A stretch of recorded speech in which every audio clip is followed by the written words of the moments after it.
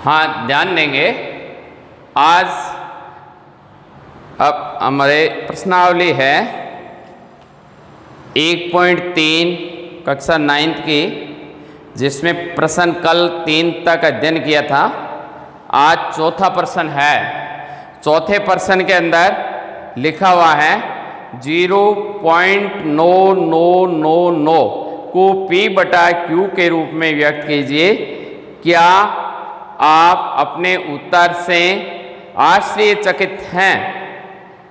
अपने अध्यापक और कक्षा के सहयोगियों के साथ उत्तर की सार्थकता पर चर्चा कीजिए।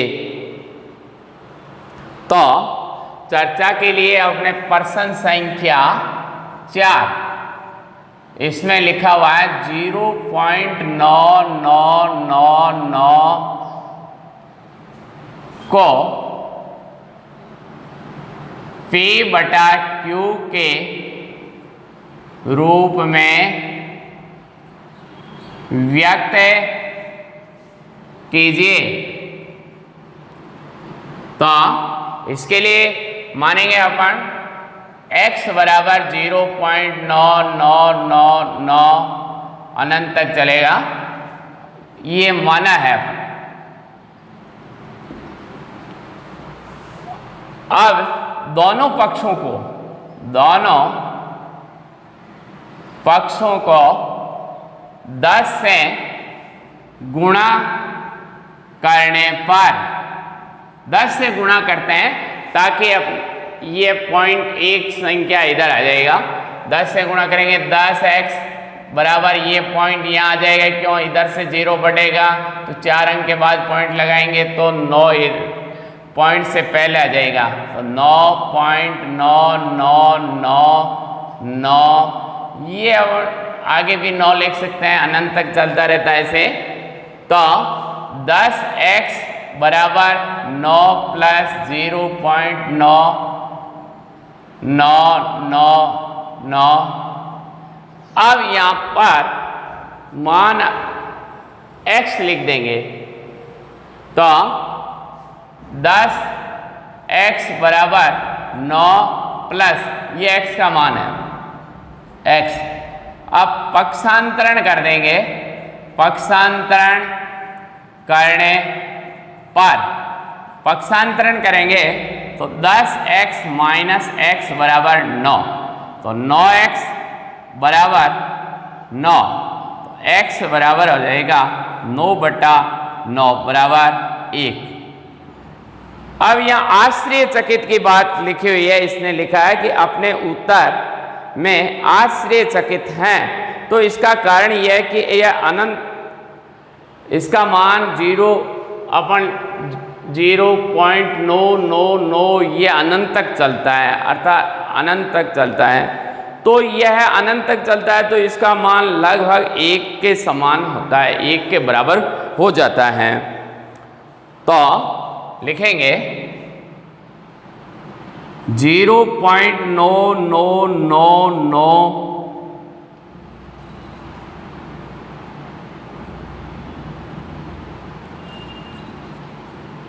अनंत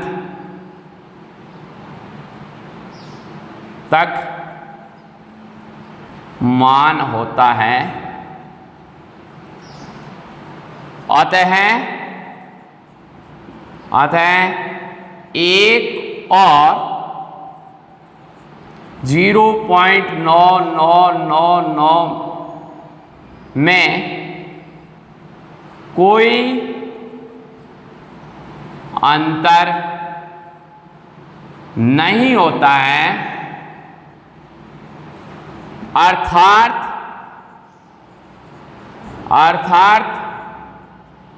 0.9999 अनंत तक इसका मान 1 के बराबर लगभग होता है। लगभग होता है। तो यहाँ इनके एक में इसमें कोई विशेष अंतर नहीं होता है और लगभग इसका मान ज्ञात करते हैं तो 1 के बराबर होता है। अतः इसका तो 0.999 का p/q के रूप में व्यक्त करने पर इसका मान 1 आना संभव है। अब देखो इसके बाद आगे प्रश्न है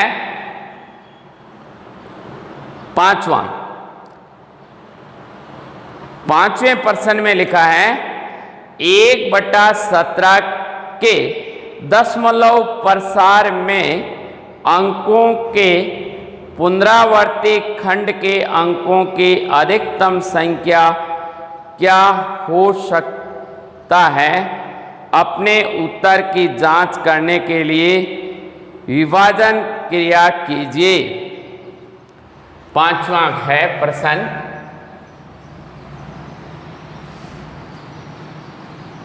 1/17। अब 17 का भाग देंगे 1 में, 17 का भाग देना है 1 में, तो पहले भाग नहीं जाता है, भाग टूट जाएगा, पॉइंट लगा लेंगे और 0 लिखेंगे तो 10 में भी भाग नहीं जाता है। फिर 1 0 और लिखेंगे तो 17×5 = 85, 5 बार भाग जाएगा, शेष बचेंगे 15, 150 हो जाएंगे।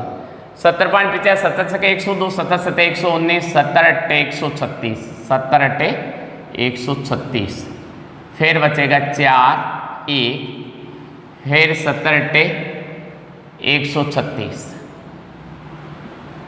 फिर बचेगा इसके अंदर 4 40 हो जाएगा, और 17 2 34 हो गए, फिर शेष बच गया 6 60 हो जाएगा, 17 51, 17 51, फिर इसके अंदर 9 बचेगा, 17×5 = 85, फिर बचेगा 5 50, फिर भाग देंगे तो 17 2 34, फिर बचेगा 6 1 16,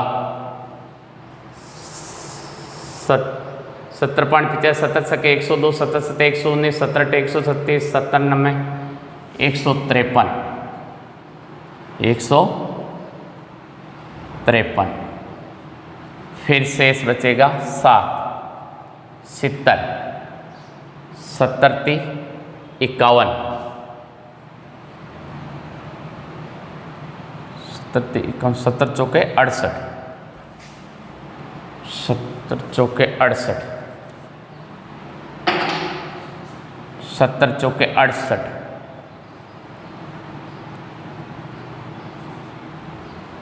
17 चौके 68, फिर शेष बचेगा आपको 2,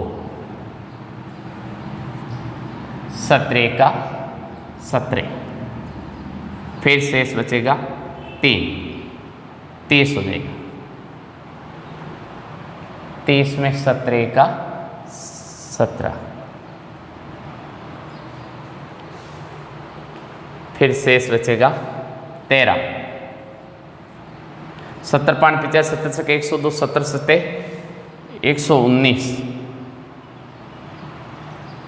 17 7 119, फिर शेष बचेंगे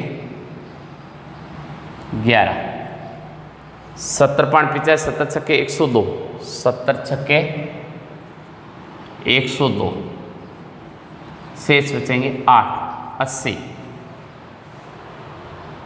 17 17 51, 17 चौके 68, 17 चौके 70 चौके हो जाएंगे 68, ये नीचे नहीं आएगा, ऊपर लिखेंगे अपन। 70 चौके 68, 2 1 20,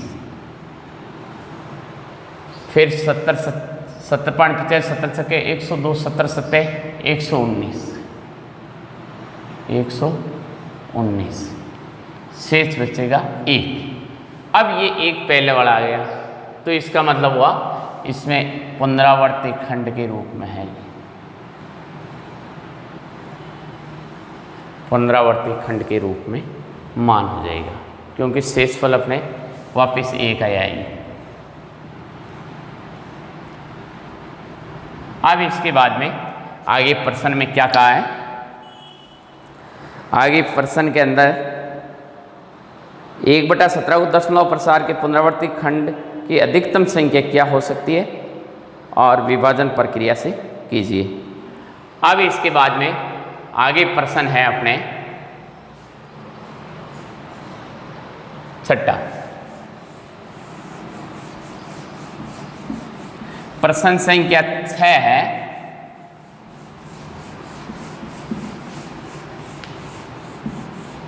छः के अंदर क्या लिखा हुआ है, ध्यान देंगे।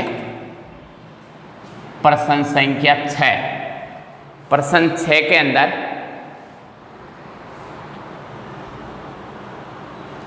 P/Q नॉट इजिकल टू 0 के रूप की प्रमेय संख्याओं के अनेक उदाहरण लीजिए जहां P और Q पूर्णांक है। यदि 1 के अतिरिक्त अन्य कोई उभयनिष्ठ गुणनखंड नहीं है और जिसका शांत दशमलव निरूपण प्रसार है, क्या आप यह अनुमान लगा सकते हैं कि Q को कौन सा गुण अवश्य संतुष्ट करना चाहिए। अब पहले तो अपन जो शांत उदाहरण लेंगे, उदाहरण के लिए शांत परमेय संख्याएं लेंगे और उसकी जांच करेंगे कि ये शांत है या नहीं। तो उदाहरण के आधार पर अपन उसके Q के गुण ज्ञात करेंगे, Q के अंदर क्या गुण है। तो यहाँ पर संख्या ले लेते हैं 1/2, 3/5, 7/25 और 7/8 और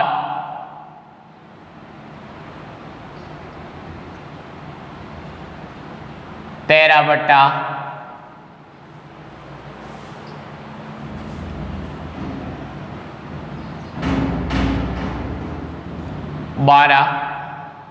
नहीं होगा, 13/20। ये आपने मान लीजिए उदाहरण ले लिए और यह सभी शांत है। शांत अपन यहाँ पर Q के गुण के आधार पर, Q के अंदर क्या गुण हो सकते हैं इसको ज्ञात करेंगे। पहले तो यहाँ पर 1/2 बराबर 1/2 को ऊपर नीचे 5 से गुणा कर देते हैं अपन, तो 5/10। फिर लिखेंगे 5, एक के बाद पॉइंट आ जाएगा 0.5। 0.5 शांत संख्या है, शांत। इसी प्रकार प्रत्येक को अपन ज्ञात करेंगे 3/5 बराबर 3/5 n2 ऊपर नीचे 2 से गुणा कर देंगे, क्योंकि ये शून्य वाली संख्या प्राप्त करते हैं, क्योंकि दशमलव में बदलना है। तो 3 दूनी 6/10 बराबर 0.6, ये भी शांत है। इसी प्रकार 7/25 बराबर 7/5 × 5 ऊपर अपन गुणा कर देंगे 2 × 2 और 2 × 2, मतलब जितने 5 है उतने ही 2 ले लिए अपन ने। तो 7 दूनी 14, 14 दूए 28, 28/10, 10 को इंटू करेंगे 100, फिर पॉइंट आ जाएगा 2 के बाद 2 0, तो 2 के बाद 1, 2 के बाद पॉइंट लग जाएगा, तो ये भी शांत है।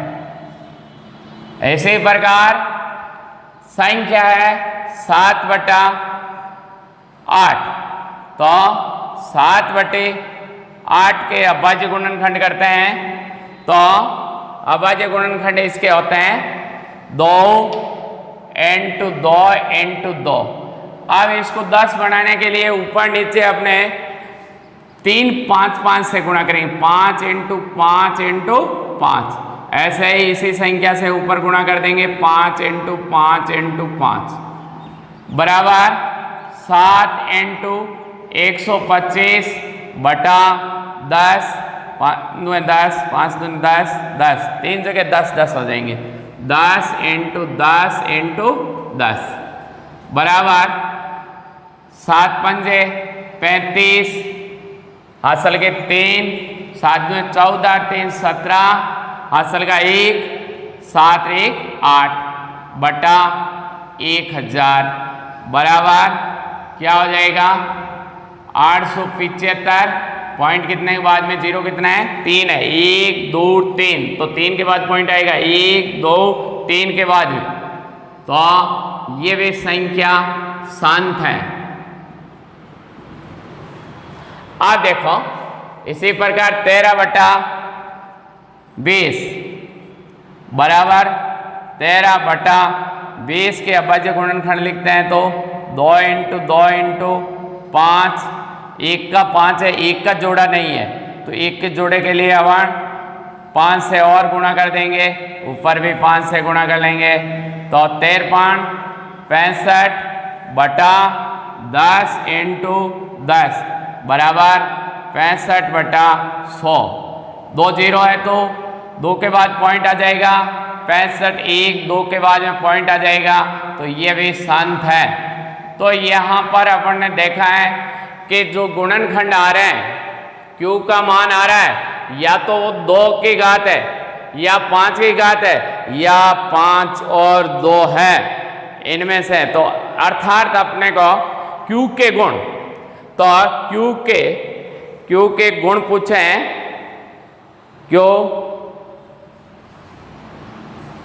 Q का मान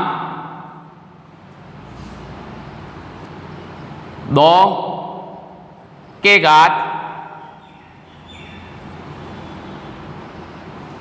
5 के घात अथवा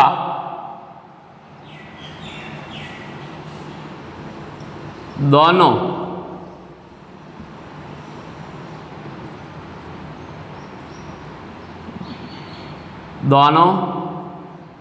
संख्याओं के अभाज्य गुणनखंड है, संख्याओं के अभाज्य गुणनखंड होते हैं। तो यहां पर अपने Q का पता चला है, Q के अंदर Q का गुण P बटा Q के रूप में, अर्थात नीचे की संख्या सभी Q का मान है और Q शांत संख्या जब होगी जब उसके गुणनखंड या तो 2 की घात हो या 2 हो या 5 की घात हो या 5 हो, इनमें से यदि कोई संख्या इसके अलावा दूसरी संख्या होने पर वह संख्या शांत नहीं आती है। तो यहाँ पर अपने को यही जानकारी प्राप्त हुई है कि शांत संख्या के लिए हर के अंदर 2 या 5 या 5 या 2 की घात की संख्या होने पर वह संख्याएं शांत संख्या होती है। धन्यवाद।